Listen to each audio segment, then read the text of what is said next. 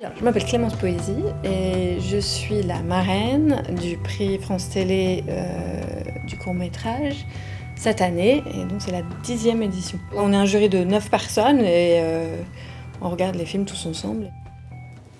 Madame, c'est le service de sécurité, vous sortez s'il vous plaît. Moi j'ai souvent fait partie de jury avec des présidents que j'ai toujours aimés quand justement ils respectaient une idée un peu démocratique. Avec la puceronne, la vierge puceronne. Oh, la puceronne. Mais aussi, je crois profondément qu'il y a des histoires qui ont besoin d'être racontées en 1h30, puis d'autres qui ont besoin d'être racontées en un quart d'heure.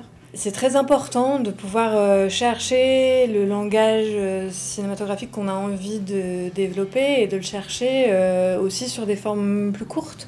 Il y a moins de pression économique derrière. C'est aussi un endroit où essayer des choses, un endroit où travailler de façon peut-être plus libre, quoi. Enfin, moi, je trouve qu'on a beaucoup de chance, en tout cas par rapport à l'étranger, parce qu'il y a des financements publics de courts-métrages. Que la télé publique investisse à ce point-là dans le court-métrage, continue à en montrer. Enfin, c'est essentiel. Parce que souvent, quand on fait un court-métrage, les gens vous disent « mais du coup, on va le voir où ?» En dehors des festivals, c'est compliqué. Qu'en plus, ces chaînes de télé investissent elles-mêmes dans la production des courts-métrages. Enfin, c'est même, je pense, assez vital.